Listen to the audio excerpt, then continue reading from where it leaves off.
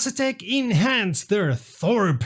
And before you think this is something dirty, get your mind out of the gutter. I'm talking sim racing pedals. Greetings Romy, you're watching WromWrom, the channel sharing the joy of sim racing. Today we're once again reviewing a sim racing product that could interest you. Thanks to all those who come here often, especially those who subscribe, and even more, our patrons. My name is Serta and I will be your host for this video. A while ago, Asetek released their pedals with a system they say enhances the driving and the driving feeling on a rig, which they called Thorpe, which stands for Twin Hydraulic Opposing Rapid Pistons. They've now enhanced that system and put it into their high-range Invicta S pedals. Let's find out how good they are and especially how well they compare to other pedals. Once again, the manual for the pedals is online. Once again, the QR code is a general code and you have to find the manual for the pedals by yourself. Easy but annoying. I say once again because I described my issues with this system in our review of the La Prima wheelbase. See the link up there. Sure, keeping up the instructions online is meant to make it easy for the instructions to be updated when needed, only the YouTube videos about the pedals are 3 years old and I found myself scratching my head trying to find out where some of the cables were meant to go.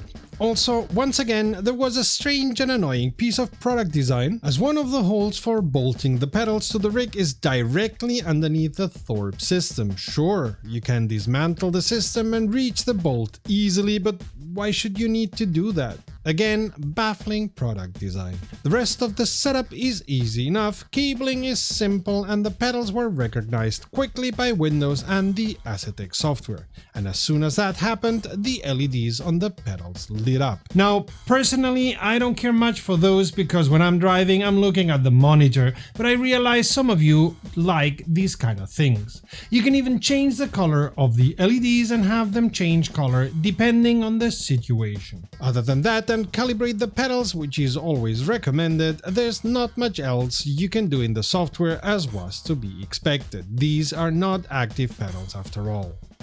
What I like a lot in these pedals is how easy it is to change the elastomers. While it's not something I expect you to do often, it's still something that can be quite annoying in other pedal systems. Here it's extremely easy and quickly done.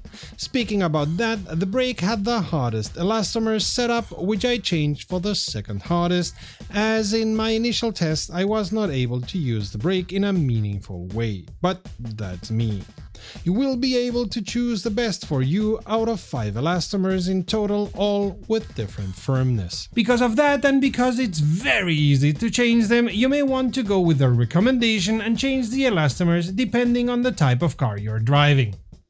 Not something I do, but you can do that with the Invicta S quite easily.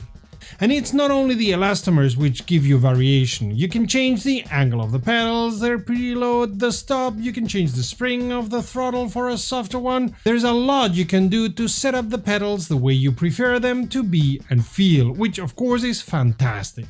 And something some of you may want to do, as the Thorpe system results in a short brake pedal travel. While I personally like that, not everyone does, and in the end, you will race best if you get the system to fit your needs. One detail about the updated Thorpe 2 system is that according to their CEO, they want to add an ABS simulation to the brake at some point, and the Thorpe 2 is prepared for that. I have to say it took me quite a while to get accustomed to the pedals, longer than it normally takes me. Sure, part of it was having to do with the elastomers, but that was only the first test. All tests after that were already with the elastomer that fit me better. One thing that baffled me was that I could not find the better point to brake and I kept messing up my tests. This may be a me thing for sure, but I would expect that after testing so many systems, I'm quite ready and accustomed to change my driving based on the system I'm on. Once I learned to deal with it, I became better, but I still had my doubts about braking right, especially on my tests on the IndyCar. Not having ABS and locking up easily, open wheelers are more difficult to brake for. If you like what you see, how about supporting us? A like and a comment to tell the almighty algorithm we are worth watching are a good start. Subscribing is even better, and what really helps us grow is you becoming a patron, as YouTube's income is tiny for a sim racing channels. Patrons get access to exclusive content and are involved in our decision. Help us grow with your support, help us keep spreading the joy of sim racing. Become a patron today. There's a couple of things that I like and a couple of things I don't about these pedals. The way they handle the process of the instruction manuals is not of my liking, also because the manual and YouTube videos seem to be a couple of years old and they just released the pedals with this new system. Also, the product design regarding the one bolt under the Thorpe system is strange, to say the least. I like that you have so many options to change the setup of the pedals and that you can have them the way you like them the best, and I love how easy it is to change the elastomers. Also, the tests on track, so to speak, showed quick rounds. Not as quick as with the Simu Cubes, but I was not expecting that, and about as quick as the Sim Racing Pro pedals. See a review up there. Although I was faster on the Sim Racing Pros when driving the IndyCar, which needs precise brake input, while I was faster on the Invicta S driving the Super Trofeo, where precision on the brake is not as important. Speaking of that, the speed on track and the price makes a comparison with the Sim Racing Pro pedals inevitable, and I've got to say that based on the precision on the brake and the price for two pedals, the Sim Racing Pro pedals are the winners. Both pedal systems can be customized heavily, the Asetek's being easier to customize than the Sim Racing Pros. Both promise a better way of braking. But with a price of €805 for the Sim Racing Pro before taxes and so on, against the €850 before taxes and so on for the Asetek, I'd rather go for the Sim Racing Pro, also because I was able to drive more precisely.